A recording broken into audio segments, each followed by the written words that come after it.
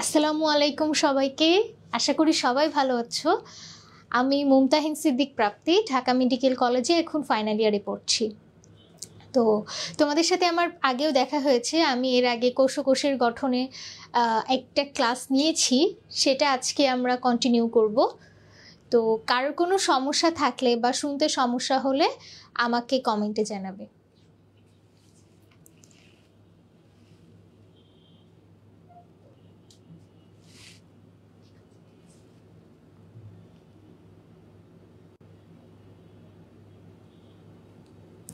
আচ্ছা,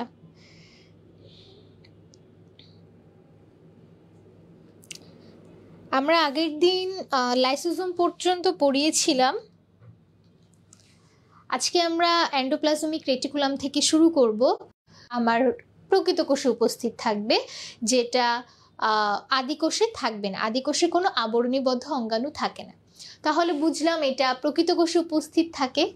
এছাড়া আর কি আছে? এছাড়া এটি সবসময় নিউক্লিয়াসের কাছাকাছি অবস্থান করে। ধারণা করা হয় বা বিজ্ঞানীরা এটা প্রমাণও পেয়েছে যে নিউক্লিয়াস থেকে যত দ্রব্যাদি তৈরি হয় বা বিভিন্ন উপাদান, সেগুলোর অন্তবাহক হিসেবে কাজ করে হচ্ছে এন্ডোপ্লাজমিক রেটিকুলাম। এখন আমাদের দরকার যেটা, আচ্ছা, তো ফার্স্টে বিজ্ঞানী পোর্টার এবং অ্যালবার্ট ক্লর, যিনি এই দুইজন বিজ্ঞানী এন্ডোপ্লাজমিক রেটিকুলার আবিষ্কার করেন। যদিও বিজ্ঞানীর নাম ওইভাবে পরীক্ষার জন্য ইম্পর্টেন্ট না, শুধু জানার জন্য হলে আমরা পড়তে পারি। এখন এন্ডোপ্লাজমিক রেটিকুলাম কোথা থেকে তৈরি হয়? নিউক্লিয়ার ঝিল্লি থেকে। আমি আগেই বলেছি যে নিউক্লিয়াসের কাছাকাছি এটি অবস্থান করে, আর নিউক্লিয়াসের সাথে এটি কিন্তু ওতপ্রোতভাবে জড়িত। এখন দুই প্রকার হতে পারে, একটা হচ্ছে মসৃণ আর একটা হচ্ছে অমসৃণ। অমসৃণ এন্ডোপ্লাজমিক রেটিকুলামটা কি আসলে? যদি আমরা এন্ডোপ্লাজমিক রেটিকুলামটা আঁকাই,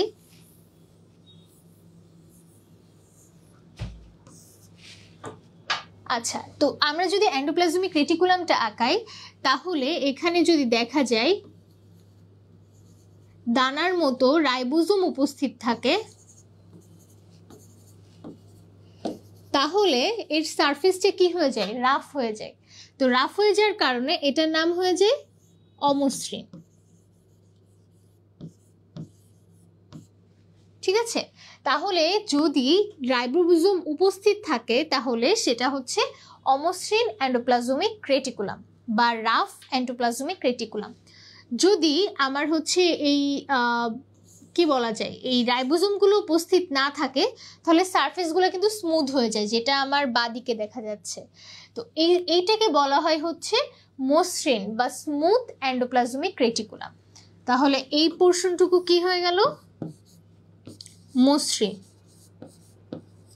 এন্ডোপ্লাজমিক রেটিকুলাম, শর্টকাটে লিখে দিলাম স্মুথ বা মসৃণ এন্ডোপ্লাজমিক রেটিকুলাম। তো এমন না যে যে কোনো এন্ডোপ্লাজমিক রেটিকুলামের হাফ অমসৃণ হাফ মসৃণ থাকবে, এরকম না। আমি ছবি আঁকায় বোঝানোর সুবিধার জন্য এক পাশ অমসৃণ আরেক পাশ মসৃণ আঁকিয়েছি। তো এখানে অমসৃণ আর মসৃণ এন্ডোপ্লাজমিক রেটিকুলামের মধ্যে মেইন পার্থক্যটা কি? যেহেতু আমরা আগের ক্লাসে পড়েছি যে রাইবোজোম প্রোটিন তৈরি করে, সেহেতু অমসৃণ এন্ডোপ্লাজমিক রেটিকুলামে কি হবে? প্রোটিন তৈরি হবে।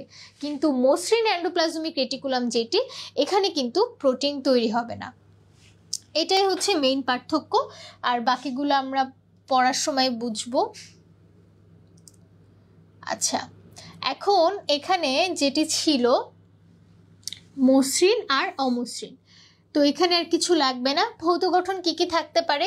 ইউজুয়ালি সবগুলো অঙ্গাণুই দ্বিস্তর আবরণী দ্বারা আবৃত থাকে, কিছু এক্সেপশনাল বাদে। যেমন উদ্ভিদের যদি লাইসোজোম উপস্থিত থাকে তাহলে সেটা একস্তর বিশিষ্ট হয়। অন্যান্য ক্ষেত্রে কিন্তু এন্ডোপ্লাজমিক রেটিকুলাম যেটি, এটি কিন্তু দ্বিস্তর বিশিষ্ট। এখন এখানে আমরা আগের দিন যখন গলগি বডি পড়েছি তখন দেখেছি যে এর মধ্যে সিস্টার্নি আর ভেসিকল ছিল, এই দুইটা জিনিস অন্তর্ভুক্ত ছিল, আর একটা ছিল হচ্ছে ভ্যাকুওল। কিন্তু এন্ডোপ্লাজমিক রেটিকুলামের ক্ষেত্রে ভ্যাকুওলের পরিবর্তে টিউবিউল প্রেজেন্ট থাকে। তাহলে সিস্টার্নি থাকবে, যেটা আমরা দেখলাম চৌবাচ্চার মতো এরকম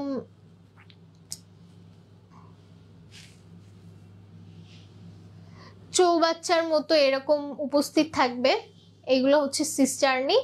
ভেসিকল মানে কি, ছোট ছোট যে গহ্বরগুলো এগুলোকে বলা হয় ভেসিকল। আর টিউবিউলটাও এরকম চৌবাচ্চার মতোই থাকবে। আচ্ছা, এখন তাহলে আমরা সিস্টার্নি পড়ে ফেলেছি। এখানে কি থাকে, রাইবোজোম যুক্ত থাকে। তো যেহেতু সিস্টার্নিতে রাইবোজোম যুক্ত থাকে সেহেতু কি হবে, সিস্টার্নিটা অমসৃণ এন্ডোপ্লাজমিক রেটিকুলামে বেশি পাওয়া যায়। এরপরে ভেসিকল তো ছোট গহ্বর, এখানে কিছুই থাকে না। এরপরে টিউবুল, যেটা এই টিউবুলে কিন্তু রাইবোজোম যুক্ত থাকে না। তার মানে হচ্ছে টিউবিউল যেটা, এটা কিন্তু মসৃণ এন্ডোপ্লাজমিক রেটিকুলামে উপস্থিত থাকবে। তাহলে অমসৃণ এন্ডোপ্লাজমিকে কোনটা প্রেজেন্ট বেশি থাকবে, সিস্টার্নি, যেহেতু এখানে রাইবোজোম যুক্ত থাকে। আর মসৃণ এন্ডোপ্লাজমিক রেটিকুলামে কি হবে, টিউবিউলটা বেশি থাকবে, যেহেতু টিউবিউলে কোনো রাইবোজোম থাকে না। আচ্ছা, এরপরে আমরা যেটা পড়বো, এখানে দেখো সুন্দর করে ছবি দেওয়া আছে, আমি ছবিটা যদিও আঁকিয়ে দিয়েছি। তো এখানে দেখো এই যে সুন্দর করে সিস্টার্নির গায়ে দেখছো রাইবোজোম যুক্ত আছে, ভেসিকল আছে, টিউবিউল আছে। টিউবিউলে কিন্তু কোনো রাইবোজোম নাই। এখন রাসায়নিক গঠন যেটি, রাসায়নিক গঠনে দেখো সব জায়গায় মেইনলি প্রোটিনটাই বেশি থাকবে। আমরা মনে করব যে দেহের বেশিরভাগ আমাদের প্রোটিন কি করে, আমাদের প্রোটিন হচ্ছে বডি বিল্ড আপে হেল্প করে। তো যেহেতু সব কিছু অঙ্গাণু আমাদের বডিরই অংশ, সেলের অংশ, তো সব কিছুতে প্রোটিনটাই মেইন কম্পোনেন্ট হবে। তাহলে প্রোটিনটা কত, 60 to 70%। যদি মনে নাও থাকে, যেটা একটু রেশিও বেশি দেখবা অপশনের মধ্যে, সেটা হচ্ছে অ্যান্সার করে দিবা আল্লাহর ওয়াস্তে। আচ্ছা, এরপরে যেটা এনজাইম পাওয়া যায় কত ধরনের, 15 ধরনের এনজাইম পাওয়া যায়। এর আগে আমরা এনজাইম কোথায় পড়েছি, লাইসোজোমে পড়েছি, যেখানে লেখা ছিল 40 থেকে 50 ধরনের এনজাইম পাওয়া যায়। এখানে আর কিছু লাগবে না। এখন কি কি এনজাইম থাকে, গ্লুকোজ 6 ফসফেটেজ, এই এস কথাটা যদি থাকে নামের শেষে তাহলে বুঝতে হবে সেটা হচ্ছে এনজাইম। তো এখানে কি কি আছে, গ্লুকোজ 6 ফসফেটেজ, এটিপিএস, তারপরে এনএডিপি, ডায়াফোরেস, আরও অনেক ধরনের এনজাইম থাকে। এস কথাটা থাকলে সেটা হচ্ছে এনজাইমের অন্তর্ভুক্ত। এখন অমসৃণ জালিতে কি থাকতে পারে, আরএনএ থাকতে পারে, আর গ্লাইঅক্সিজোম থাকতে পারে। এটাও একটা অঙ্গাণু, ছোটোখাটো একটা অঙ্গাণু। এখন এই যে এন্ডোপ্লাজমিক রেটিকুলাম যেটা, এটার যদি ছোট ছোট যে অংশগুলো, ওইগুলোকে বলা হয় হচ্ছে মাইক্রোজোম। আচ্ছা, তাহলে এগুলোকে কেটে কেটে যদি ছোট ছোট টুকরা করা যায় তাহলে এটা হয়ে যাবে মাইক্রোজোম। এরপরে এন্ডোপ্লাজমিক রেটিকুলামের কি কাজ, মেইনলি প্রোটোপ্লাজমের কাঠামো হিসেবে কাজ করে। আর আগেই বলেছি এটা অন্তঃবাহক হিসেবে কাজ করে কিসের, লিপিড আর প্রোটিনে। তাহলে কোন লিপিড আর প্রোটিন যদি বহনের প্রয়োজন হয় বা ট্রান্সপোর্ট করার প্রয়োজন হয়, সেক্ষেত্রে কিন্তু এন্ডোপ্লাজমিক রেটিকুলাম হেল্প করবে। আমরা আগের ক্লাসে পড়েছিলাম যে গলগি বডি কি করে, এন্ডোপ্লাজমিক রেটিকুলাম থেকে যা যা পদার্থ নিঃসৃত হয় সেগুলোকে প্যাকেটিং করে। তাহলে এন্ডোপ্লাজমিক রেটিকুলাম কিন্তু ইনডিরেক্টলি লাইসোজোম তৈরিতে হেল্প করে, কারণ লাইসোজোম তৈরির সব উপাদান গলগি বডি হচ্ছে এন্ডোপ্লাজমিক রেটিকুলাম সিক্রেট করে, তারপরে গলগি বডিগুলো প্যাকেট করে ফেলে। আচ্ছা, এরপরে রয়েছে যেটা এন্ডোপ্লাজমিক রেটিকুলাম আর গলগি বডির মধ্যে পার্থক্য, এটা শুধু রিডিং পড়লেই হবে। আমি পাশে আর লিখে দিলাম, আর মানে হচ্ছে রিডিং, এটা তুমি রিডিং পড়বা। এখন আমি তোমাকে বলতে পারি সিকিউ যেগুলো মোস্ট ইম্পর্টেন্ট সেগুলো তো আমি বলে দেওয়ার চেষ্টা করব, কিন্তু অনেক সময় হয় কি বিভিন্ন বোর্ডে, বিশেষ করে আমি যে বোর্ড থেকে বিলং করতাম যশোর বোর্ডে, সেখানে কোয়েশ্চেন অনেক হার্ড হতো। তারপর ইদানিং রিসেন্ট টাইমে ঢাকা বোর্ডেও বায়োলজি কোয়েশ্চেন অনেক হার্ড করছে, তো বোঝা যায় না আসলে কোথা থেকে কোয়েশ্চেন করবে।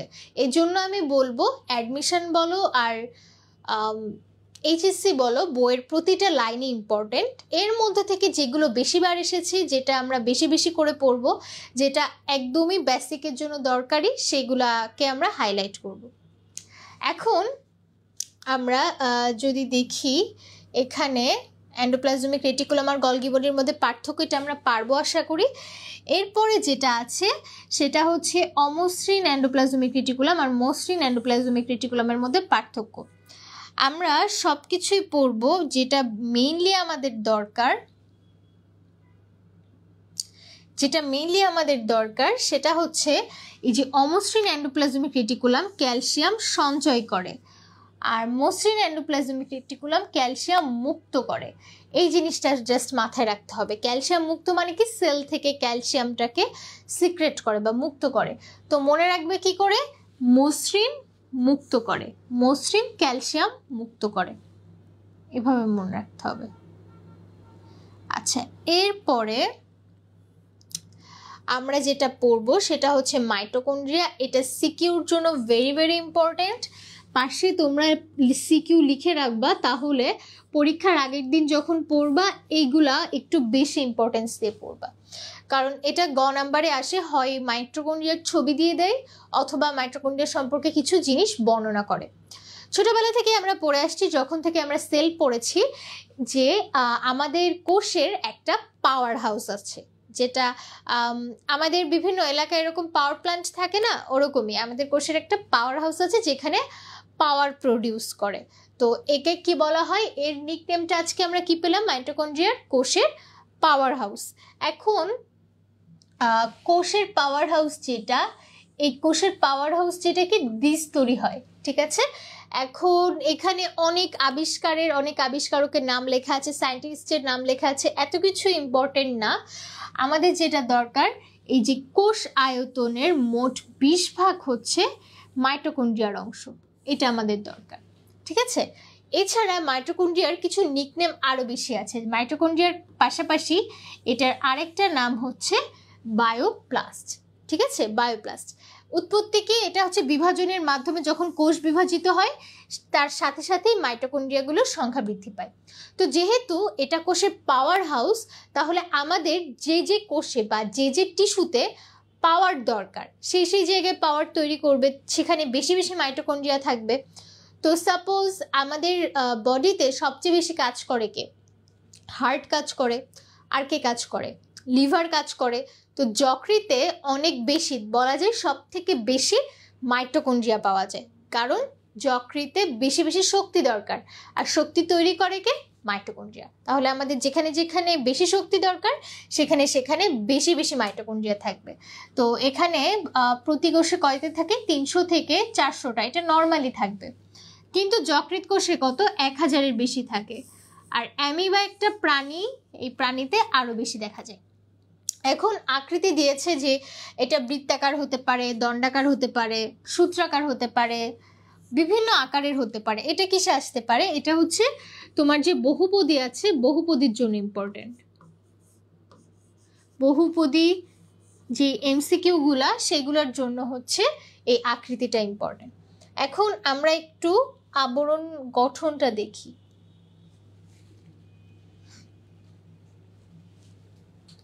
গঠন হচ্ছে, খেয়াল করে দেখো, এই ছবি আঁকানোটা আমাদের শিখতে হবে। ছবি যেটা, এটা যত ইজিলি, মানে সুন্দর হওয়ার থেকেও বড় কথা অ্যাকুরেট হতে হবে। হয়তো অনেকের ছবি একটু খারাপ হয়, বাট যদি অ্যাকুরেটলি আঁকা যায় টিচাররা কিন্তু মার্ক দিয়ে দেয়। তো আমি হচ্ছে একটা বড় করে মাইটোকন্ড্রিয়া আঁকালাম। তো এটা হচ্ছে মাইটোকন্ড্রিয়ার বহিস্তর। তো এটা আমি একটু 3D শেপ দেওয়ার জন্য, হ্যাঁ, এটা এখন একটা 3D ভাইব দিচ্ছে। তো এটা হচ্ছে মাইটোকন্ড্রিয়ার বহিস্তর। ভেতরের স্তরটা কিন্তু এরকম প্লেন থাকে না, ওটা হচ্ছে আঙ্গুলের মতো ভাঁজ অবস্থায় থাকে। কেউ আমার ছবি দেখে হাসবে না। এই যে এরকম, আমি বলি যে কলা পাতার মতো দেখতে, ভাঁজ অবস্থায় থাকবে এরকম, আঙ্গুলের মতো ভাঁজ অবস্থায়, ঠিক আছে। তাহলে এইটার বাইরের যে স্তরটা, এটা কি আউটার মেমব্রেন বা বহিস্তর বলা যায়।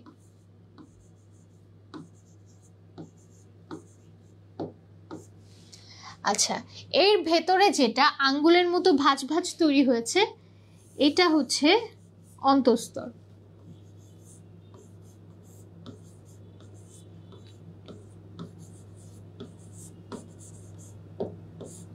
ঠিক আছে, তাহলে বাইরের দিকে যেটা, এটাকে বলা হয় বহিস্তর, আর ভেতরেরটা হচ্ছে অন্তঃস্তর। দুইটার মাঝে একটু ফাঁকা জায়গা আছে, তাই না, একটু ফাঁকা জায়গা আছে। এই ফাঁকা জায়গার পরিমাণটা হচ্ছে 6 থেকে 8 ন্যানোমিটার পর্যন্ত হয়। ঠিক আছে, 6 থেকে 8 ন্যানোমিটার পর্যন্ত হতে পারে। তো বাইরে বহিস্তর, ভেতরে অন্তঃস্তর। তো বহিস্তরটা জাস্ট প্রোটেকশনে হেল্প করে, এটার অন্য কোনো কাজ নেই, জাস্ট মানে বাইরের আঘাত থেকে বা বাইরের পরিবেশ থেকে মাইটোকন্ড্রিয়াকে রক্ষা করবে। আর ভেতরের যে স্তরটা, এখানেই মেইনলি তোমার যত এনার্জি আছে সব প্রোডাকশন হয় হচ্ছে ভেতরের স্তরের মধ্যে।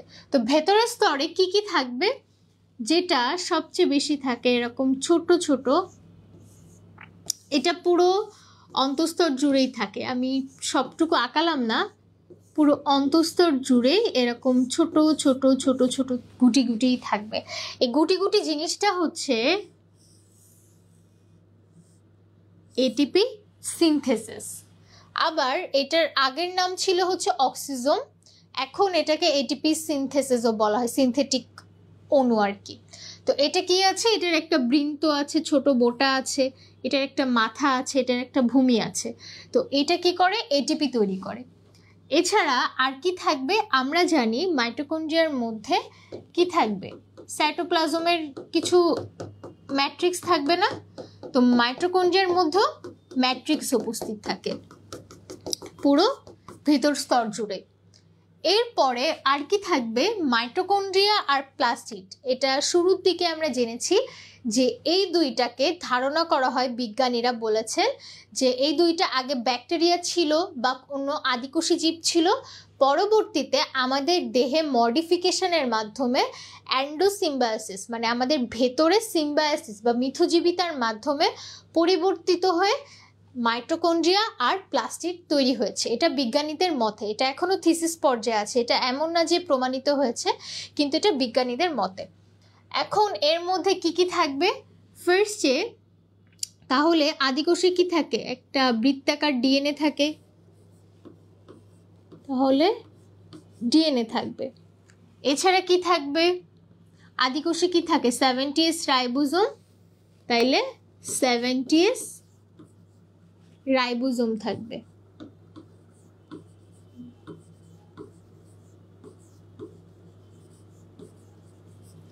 আচ্ছা, আমি মনে হয় অক্সিজোমটা লিখি না, এখানে আমরা এটা লিখতে পারি অক্সিজোম।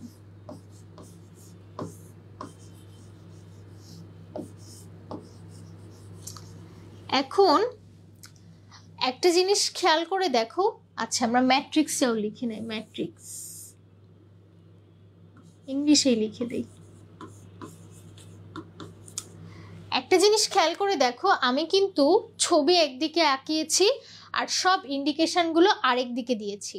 তো ইউজুয়ালি খাতার বাম দিক থেকে যেহেতু আমরা শুরু করি, বাম দিকে ছবিটা আঁকিয়ে ডান দিকে সব ইন্ডিকেশন দেবো, এমন না যে এখানে একটা ইন্ডিকেশন দিলাম, এখানে কিছু লিখলাম, এপাশে কিছু লিখলাম, এপাশে কিছু, এরকম সার্কাস বানানোর দরকার নেই, আমরা একদিকে এক লাইনে লিখবো। এটাই হচ্ছে বোর্ড স্ট্যান্ডার্ড, কারণ এভাবে না হলে টিচাররা মার্ক দিতে চায় না। তাহলে এভাবে এটা হচ্ছে আমাদের মাইটোকন্ড্রিয়া। তো আমরা একটু বইতে চলে যাই, বইতে দেখি কি কি লেখা আছে। তো মাইটোকন্ড্রিয়া যেটা, এখানে বাইরে কি আছে, দুইটা মেমব্রেন দ্বারা গঠিত, লিপোপ্রোটিন দিয়ে গঠিত, সব অঙ্গাণুই মোটামুটি লিপোপ্রোটিন দিয়ে গঠিত। এখন বাইরের মেমব্রেন থেকে কিছু কিছু আয়ন ভেতরে প্রবেশ করতে পারে, এটা সব সময় করে না। এরপরে দুইটা আবরণের মধ্যে যে ব্যবধান, এটা লাগবে 6 to 8 ন্যানোমিটার। আর এই যে ধাত্র পদার্থটাকে কি বলা হয়, ম্যাট্রিক্স বলা হয়।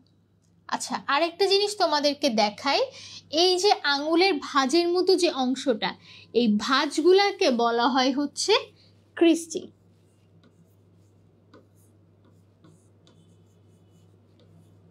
ক্রিস্টি বলা হয়, ঠিক আছে।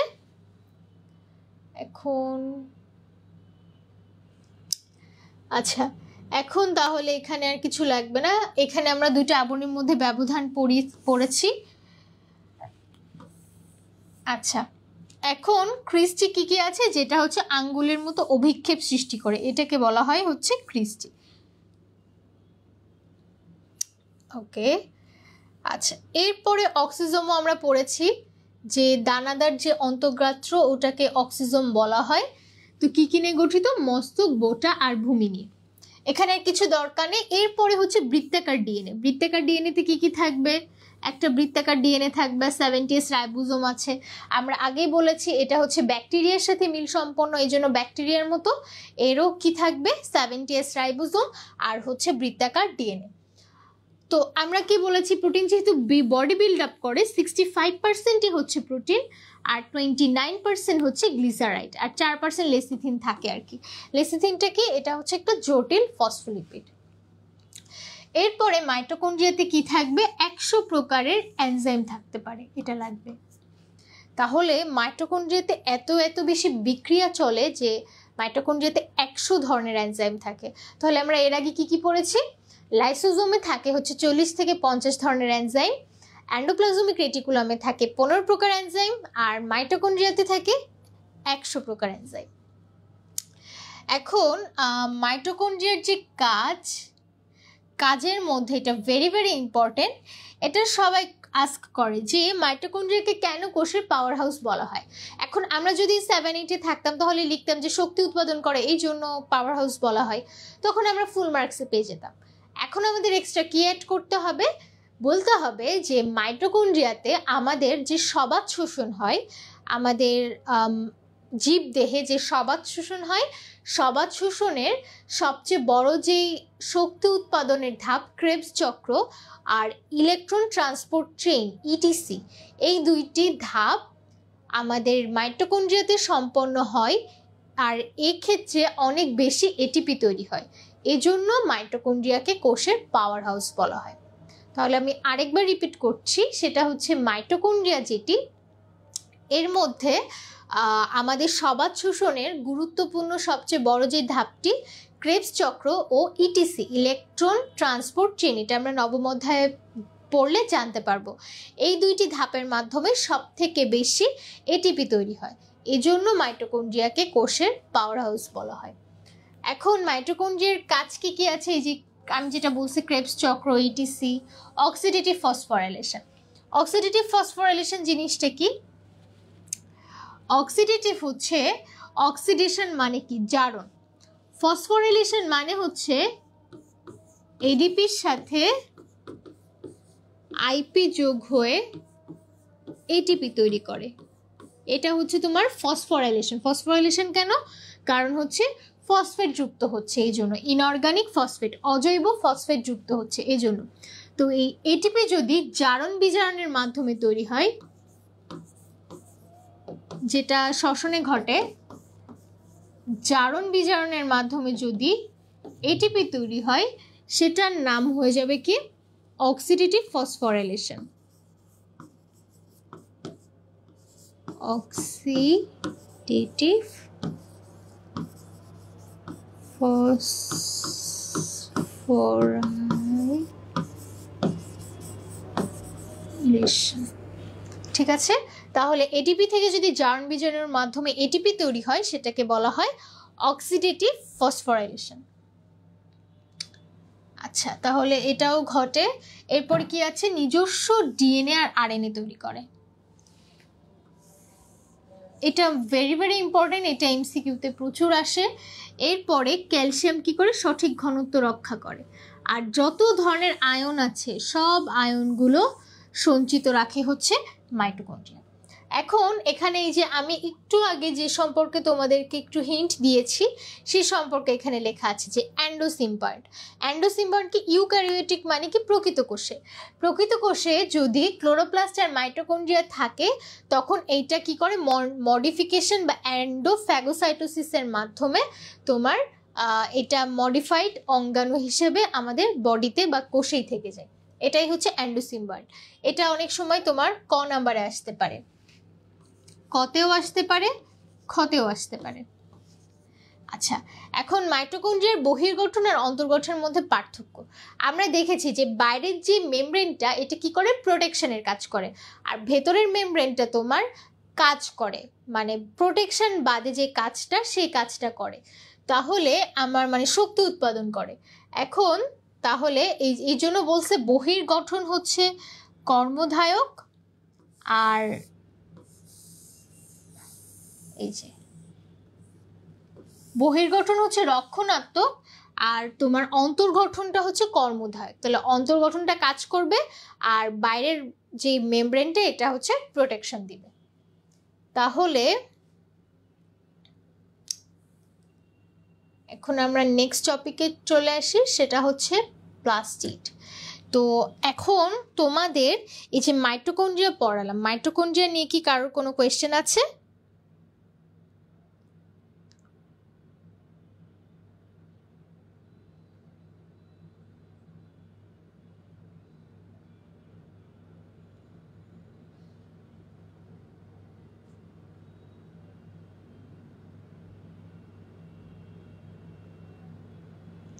কারোর কোনো মাইটোকন্ড্রিয়া নিয়ে কোয়েশ্চেন থাকলে বলতে পারো।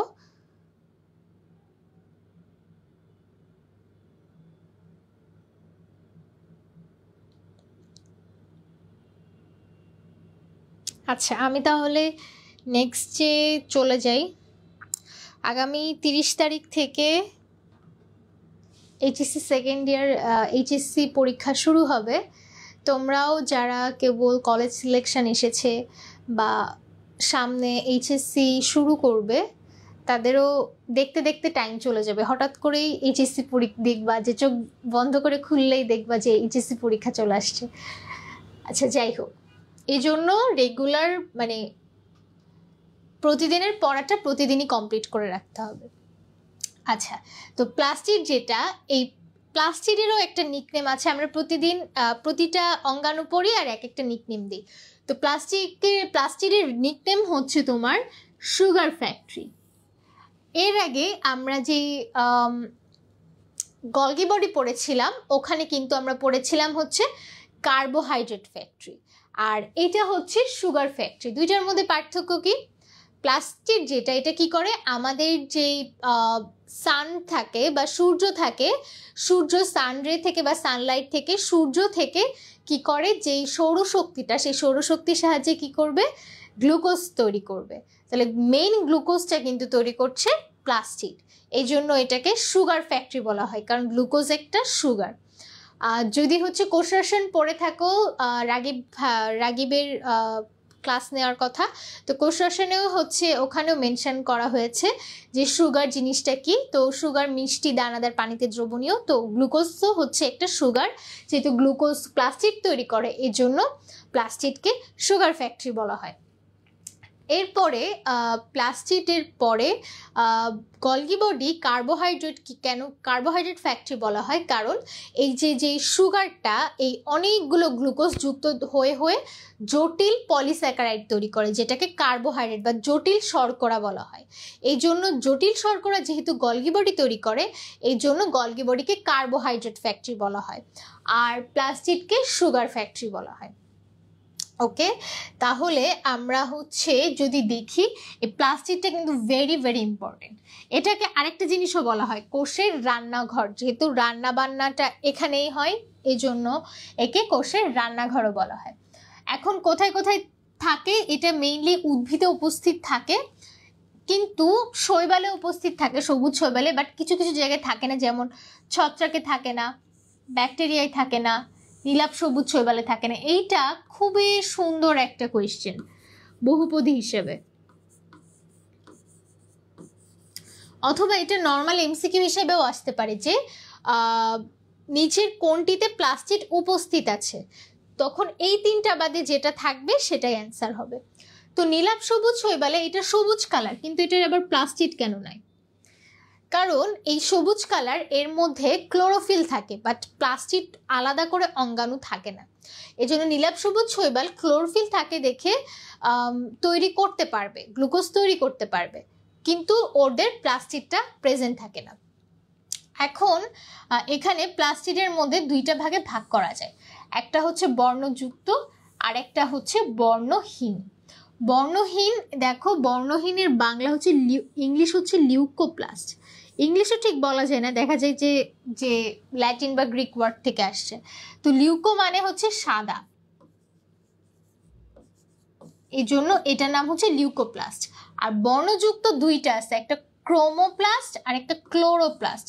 ক্লোরো মানে হচ্ছে সবুজ, আর ক্রোমো মানে হচ্ছে কালারফুল, মানে সবুজ বাদে অন্য যা যা কালার আছে সবগুলো হচ্ছে ক্রোমোপ্লাস্ট। আর সবুজ বর্ণের যেটা এটা হচ্ছে তোমার ক্লোরোপ্লাস্ট।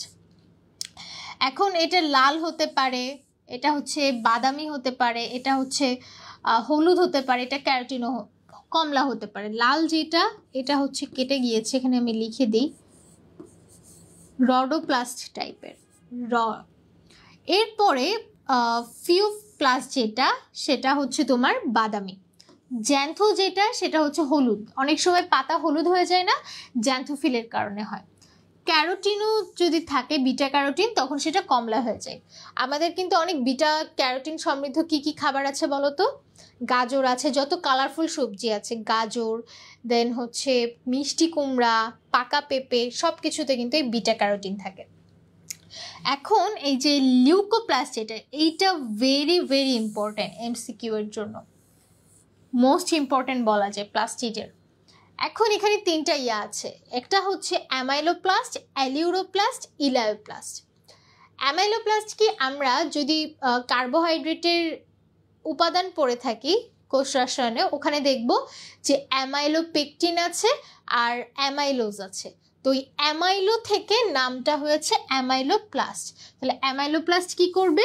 শ্বেতসার বা কার্বোহাইড্রেট সঞ্চয় করবে, ভেরি ভেরি ইম্পর্টেন্ট। তাহলে অ্যামাইলোপ্লাস্ট কি করবে? শ্বেতসার বা কার্বোহাইড্রেট সঞ্চয় করবে। এরপরে হচ্ছে অ্যালিউরোপ্লাস্ট। অ্যালিউরোপ্লাস্ট কি করবে? এটা প্রোটিন সঞ্চয় করবে। তো মনে রাখবা অ্যাপ, মনে রাখবা অ্যাপ, তোমরা অ্যাপ ইউজ করো না, সেই অ্যাপ মনে রাখবা। অ্যাপ মানে কি? অ্যালিউরোপ্লাস্ট, যেটা হচ্ছে প্রোটিন সঞ্চয় করবে। এরপরে হচ্ছে ইলায়োপ্লাস্ট। ইলায়োপ্লাস্ট হচ্ছে চর্বি সঞ্চয় করে বা স্নেহ পদার্থ। এটা মনে রাখবা হচ্ছে ইচ, ইচ মনে রাখবা। ইচ মানে কি? ইলায়োপ্লাস্ট চর্বি সঞ্চয় করে। এটা কিন্তু একবার মেডিকেল অ্যাডমিশনেও এসেছে আমাদের আগের বার খুব সম্ভবত, আবার এটা হচ্ছে বোর্ডের জন্য অনেক ইম্পর্টেন্ট। এখন আমরা মুভ করি, এরপরে হচ্ছে প্লাস্টিড কি কি প্রকার আছে? লিউকো, ক্রোমো আর ক্লোরো। পরীক্ষার সময় এটা সিকিউতে আসে, এদের কাজ যেটা এটা সিকিউতে আসে, ভেরি ভেরি ইম্পর্টেন্ট। কাজটা কিভাবে আসে? আসে যে মানে আশেপাশে বা মানব জীবনে বা উদ্ভিদ দেহে এই প্লাস্টিডের গুরুত্ব বর্ণনা করতে বলে, তখন এগুলোর কাজ উল্লেখ করতে হয়। তো ফার্স্টে যেটা লিউকোপ্লাস্ট, লিউকোপ্লাস্ট কি যেহেতু সাদা, আমরা ছোটবেলায় একটা এক্সপেরিমেন্ট অনেক করেছি, সেটা হচ্ছে অনেক দিন হচ্ছে ইটের নিচে যদি হচ্ছে ঘাস চাপা দেওয়া থাকে, তাহলে ঘাসটা হচ্ছে আস্তে আস্তে সাদা হয়ে যায় বা বিবর্ণ হয়ে যায়। তো যেহেতু সূর্যালোক পায় না যেখানে, সেখানে কিন্তু এই লিউকোপ্লাস্ট পাওয়া যায়। তাহলে মাটির নিচে যত সবজি হয় সেগুলো কিন্তু ফার্স্টে কোনো কালারই থাকে না, পরে সূর্যালোকে আসার পরে কালার আসতে পারে, বাট মাটির নিচে সবজি ইউজুয়ালি বিবর্ণ হয়। এখন এটা পরবর্তীতে ক্রোমোপ্লাস্ট বা ক্লোরোপ্লাস্টে রূপান্তরিত হতে পারে। তো এটা আকৃতিগুলো দিয়েছে, এটা অতটা ইম্পর্টেন্ট না। এরপরে লিউকোপ্লাস্ট, এটা আমরা একটু আগেই পড়লাম, তো এটা আবার নতুন করে পড়ার দরকার নেই। এরপরে যেটা আছে ক্রোমোপ্লাস্ট। ক্রোমোপ্লাস্টের কি কাজ? যেহেতু এটা কালারফুল, তার মানে কি হয়, আমরা যে ফ্লাওয়ার দেখি বা ফুল দেখি, সবাই কিন্তু ফুল দ্বারা আকৃষ্ট হই, তাই না? এত সুন্দর ফুল পাওয়া যায় বা এত সুন্দর ফুলটাই মেইনলি হচ্ছে ক্রোমোপ্লাস্টে দেখা যায়। তো এই যে ফুল যেটা, এটা দ্বারা আমাদেরকে আকৃষ্ট করে, এছাড়া পতঙ্গ, প্রাণী, এরাও আকৃষ্ট হয়। যেহেতু এরাও আকৃষ্ট হয় সেহেতু কি হবে, এখানে পরাগায়ন করতে পারে, তো পরাগায়নে হেল্প করে। তাহলে ক্রোমোপ্লাস্ট কি করবে? পরাগায়নে হেল্প করবে। আচ্ছা, এরপরে এখানে পাপড়ির রং বিভিন্ন রং কেন বর্ণ হয়? বিভিন্ন কেমিক্যাল থাকার কারণে। অ্যান্থোসায়ানিন কেমিক্যাল আছে, বিটাসায়ানিন কেমিক্যাল আছে, বিভিন্ন ধরনের কেমিক্যালের কারণে এটার হচ্ছে কালারটা চেঞ্জ হতে পারে। এখন আমরা পড়ব হচ্ছে ক্লোরোপ্লাস্ট পড়ব, যেটা হচ্ছে সবুজ কালারের, যেখানে ক্লোরোফিল থাকবে। ঠিক আছে, তাহলে ক্লোরোফিল যেখানে থাকবে সেটা হচ্ছে তোমার ক্লোরোপ্লাস্ট। এখন এই ছবিটা আমরা আঁকাবো, এটা সিকিউ, পাশে সিকিউ লিখে রাখো, সিকিউর জন্য ভেরি ভেরি ইম্পর্টেন্ট।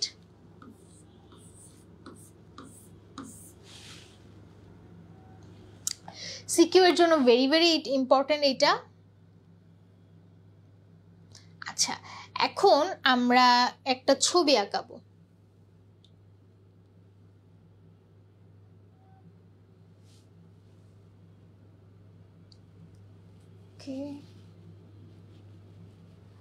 আচ্ছা, তো ফার্স্টে এখানে বড় করে একটা ডিস্ক আঁকাবা।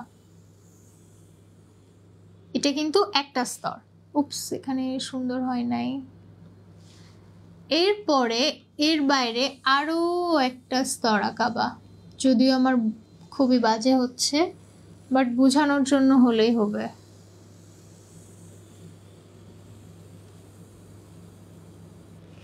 ঠিক আছে, দুইটা স্তর আঁকানো কিন্তু শেষ। তাহলে এখানে ক্লোরোপ্লাস্টের ক্ষেত্রে কিন্তু তিনটা মেমব্রেন থাকে। এই যে 1 নাম্বার, এটা 2 নাম্বার, আর একটা 3 নাম্বার আঁকাবো।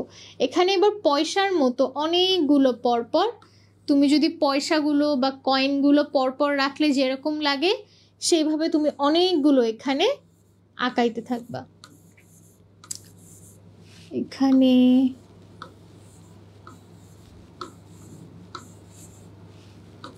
যতগুলো পারা যায় আঁকাইতে থাকবা। মোটামুটি একটা হয়ে গিয়েছে। আচ্ছা, কয়েনের মতো। এখন এই কয়েনগুলো এবার অ্যাটাচড করে দিবা একজনের সাথে আরেকজনের।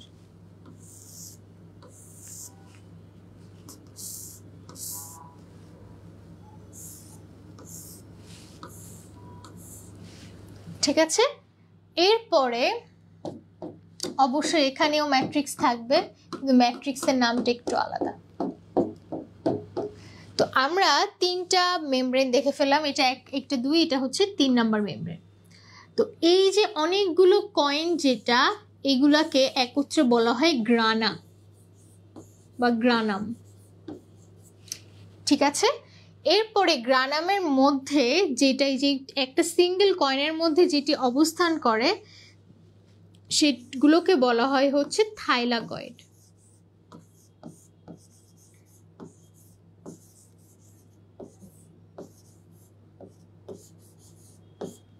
থাইলাকয়েড। এখন তাইলে গ্রানাম দেখলাম, থাইলাকয়েড দেখলাম। এরপরে প্লাস্টিডের যেই এখানে দেখো কানেকশন করছে দুইটা গ্রানামকে বলো বা দুইটা থাইলাকয়েডকে কানেকশন করছে যেটা, এটাকে বলা হয় স্ট্রোমা ল্যামেলি।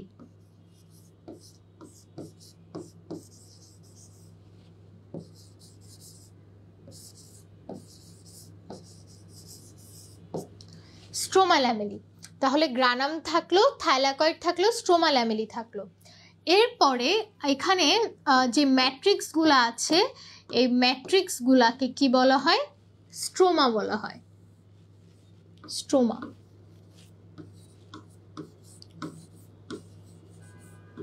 ঠিক আছে, তাহলে গ্রানাম গেল, থাইলাকয়েড গেল, স্ট্রোমা ল্যামেলি গেল, স্ট্রোমা গেল, এগুলো সবকিছু। আর এইগুলো তো হচ্ছে এক একটা পর্দা, বাইরের পর্দা, ভেতরের পর্দা, এগুলো এক একটা পর্দা।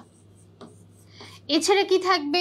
আমরা একটু আগেই জেনেছি যে মাইটোকন্ড্রিয়া আর ক্লোরোপ্লাস্ট দুইটাই যেহেতু এন্ডোসিম্বায়েন্ট, মানে আগে ব্যাকটেরিয়া ছিল, পরে মডিফাইড হয়ে এন্ডোফ্যাগোসাইটোসিসের মাধ্যমে এটা পরবর্তীতে অঙ্গাণুতে পরিণত হয়েছে। তাহলে এখানে ব্যাকটেরিয়ার মতো কি থাকবে? একটা বৃত্তাকার ডিএনএ থাকবে। আর কি থাকবে?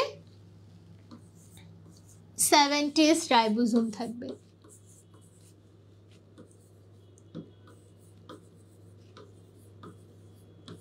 তাহলে এটাই কিন্তু একটা মোটামুটি বোঝা যাচ্ছে এটা একটা পরিপূর্ণ একটা ক্লোরোপ্লাস্ট। এইটার ছবি কিন্তু পরীক্ষায় প্রচুর দেয় অ্যান্ড অনেক ভেরি ভেরি ইম্পর্টেন্ট। আচ্ছা, তাহলে আমরা একটা একটা করে পড়ি। তো প্রতিটার আবরণী ঝিল্লি আমরা পড়েছি যে লিপোপ্রোটিন দ্বারা গঠিত, তাই না? কিন্তু এইটার আবরণী ঝিল্লিটা একটু ডিফারেন্ট, এটা কি গ্লাইকোসিল গ্লিসারিড দিয়ে তৈরি হয়। এই জন্য এটা এমসিকিউতে আসে, এটা আলাদা দেখে, গ্লাইকোসিল গ্লিসারিড। এরপরে আমরা পড়েছি যেটা মাইটোকন্ড্রিয়া যেটা ম্যাট্রিক্স পড়েছি সেটার নামে এখানে স্ট্রোমা। স্ট্রোমায় কি থাকবে? রাইবোজোম থাকবে, ডিএনএ থাকবে, আরএনএ থাকবে, শর্করা তৈরির এনজাইম থাকবে যেহেতু এর মধ্যে শর্করা তৈরি হয়। এছাড়া এখানে এই স্ট্রোমাতে কি ঘটে? C3 বা C4 চক্র। এটা হচ্ছে সালোক সংশ্লেষণের একটা ধাপ। C3 বা C4 চক্র এটা সালোক সংশ্লেষণের একটা ধাপ, যেটা আমরা নবম অধ্যায়ে পড়ব, যার মাধ্যমে গ্লুকোজটা তৈরি হয়। এরপরে থাইলাকয়েড থাকে, ছোট ছোট থলে আকৃতির, এটা পড়েছি। আর এখানে কি উপস্থিত থাকে? অনেকগুলো একসাথে ফিউজড হয়ে গ্রানাম তৈরি করে, যে 10 থেকে 100টি থাইলাকয়েড ফিউজড হয়ে গ্রানাম তৈরি করছে। আর এই যে সব chlorophyll A, chlorophyll B, xanthophyll, carotene সব কিছুকে একত্রে বলা হয় হচ্ছে কোয়ান্টোসোম। ঠিক আছে, এটা অনেক সময় ক্ষতে আসতে পারে। আচ্ছা, প্রতিটা ক্লোরোপ্লাস্টে কয়টা থেকে কয়টা দানা থাকে? 40 থেকে 60টা দানা থাকে। এখানে আর অন্য কিছু ইম্পর্টেন্ট নাই। আমরা স্ট্রোমা ল্যামিলিও পড়েছি, যেটা কানেকশন করে দুইটা গ্রানামের মধ্যে। ফটোসিনথেটিক ইউনিট বা এটিপি সিনথেসিস, এটার কাজ কি? এটার কাজও হচ্ছে এটিপি তৈরি করা। ঠিক আছে, ক্লোরোফিল অণু কয়টা থাকতে পারে? 300 থেকে 400টা। এখানে জাস্ট এমসিকিউ এর জন্য ইম্পর্টেন্ট কিছু কিছু জিনিস আছে। এই যে নিজস্ব ডিএনএ থাকবে, নিজস্ব রাইবোজোম থাকবে, এখানে আর কিছু নাই। আচ্ছা, রাসায়নিক গঠনের মধ্যে খেয়াল করো, এখানে মেইনলি কি থাকবে? কার্বোহাইড্রেট যেহেতু বেশি পরিমাণে তৈরি হয়, কার্বোহাইড্রেট অবশ্যই থাকবে। কি থাকবে? প্রোটিন থাকবে, এনজাইম, কোএনজাইম থাকবে, যাতে ভালোভাবে গ্লুকোজটা তৈরি করতে পারে সঠিক প্রক্রিয়ায়। এখন এছাড়া কি থাকবে? যে 55% প্রোটিন, যেহেতু প্রোটিনের পরিমাণটা বেশি থাকে সব জায়গায়। এছাড়া ক্লোরোফিল কি থাকবে? 75% ক্লোরোফিল এ আর 25% ক্লোরোফিল বি, এটার দরকার, এখানে কিছু লাগবে না। ক্লোরোপ্লাস্টের কি কাজ? এই কাজগুলো হচ্ছে ভেরি ভেরি ইম্পর্টেন্ট। তো ফার্স্টে যে কাজটা, সেটা কি? সালোক সংশ্লেষণে শর্করা জাতীয় খাদ্য প্রস্তুত করে, এটা দরকার। এরপরে এটা কি করে? জৈবিক শক্তি, সৌরশক্তিকে জৈবিক শক্তিতে রূপান্তর করে। কিভাবে? এই যে সূর্যের যে আলোটা, সেই সূর্যের আলোটা থেকে এটিপিতে কনভার্সন করে। এটাকে কি বলা হয়? আমরা একটু দেখাই। আমরা একটু আগে অক্সিডেটিভ ফসফোরাইলেশন পড়েছি, এখন পড়বো যেটা ক্লোরোপ্লাস্টে হয়। এডিপির সাথে ইনঅর্গানিক ফসফেট যুক্ত হয়ে এটিপি যে তৈরি হয়, এটাকে বলা হয় হচ্ছে ফসফোরাইলেশন। ফসফোরাইলেশন,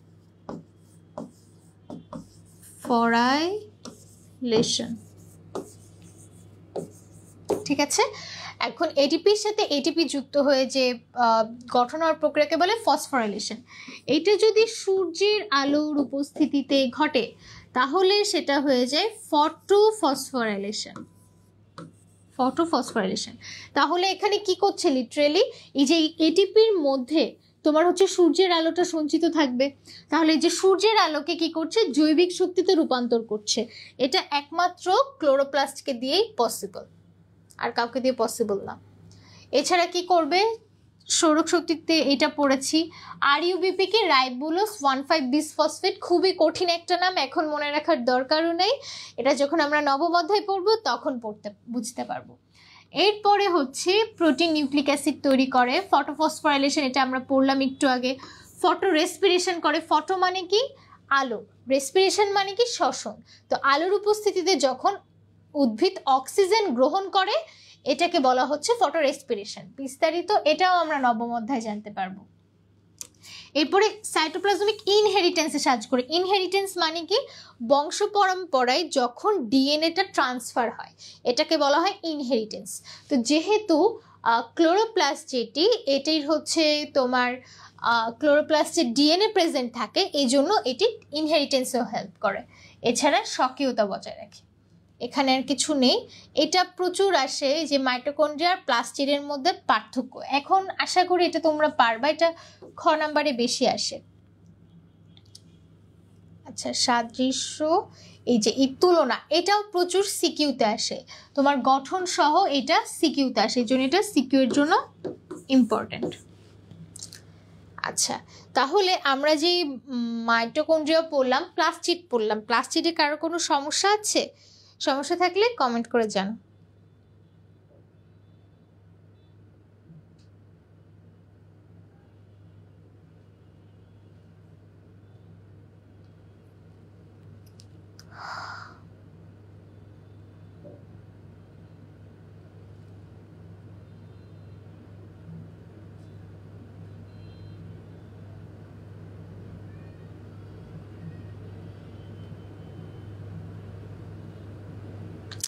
আচ্ছা, একজন কোয়েশ্চেন করেছে প্লাস্টিডের সৌর থেকে পাওয়ার নিয়ে গ্লুকোজ কিভাবে তৈরি করে। হ্যাঁ, এটা হচ্ছে আগে যেটা জানিয়েছি যে ফার্স্টে যেটা সানলাইট থাকে আমাদের, কই গেল,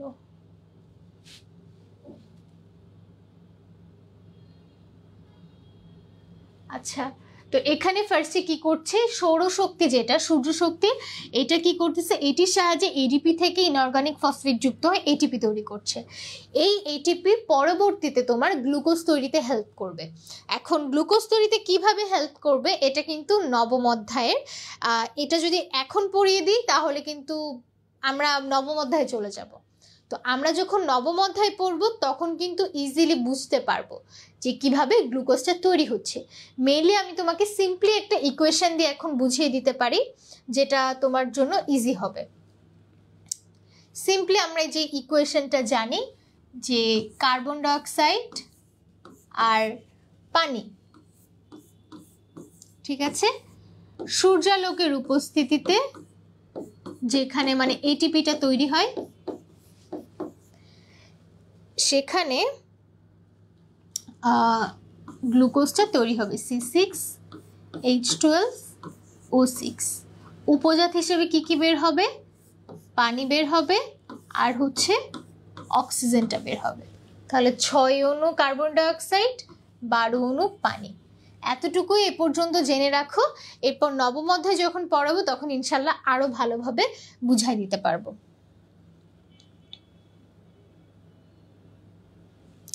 আচ্ছা, তাহলে আমরা চলে আসি। আচ্ছা, এরপরে আমরা যেটা পড়বো সেটা হচ্ছে সেন্ট্রিওল। তো সেন্ট্রিওল যেটা, এটা ইউজুয়ালি এটা কিন্তু আবরণী বিহীন।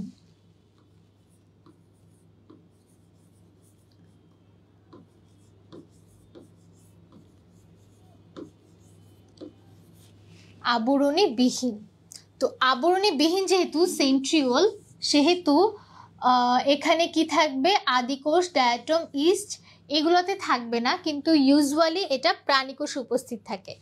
তো সেন্ট্রিওলের যেই কি বলে, সেন্ট্রিওল যে অঙ্গাণুটি, এই সেন্ট্রিওল অঙ্গাণুটির মেইন কাজই হচ্ছে অ্যাস্টার রে তৈরি করে।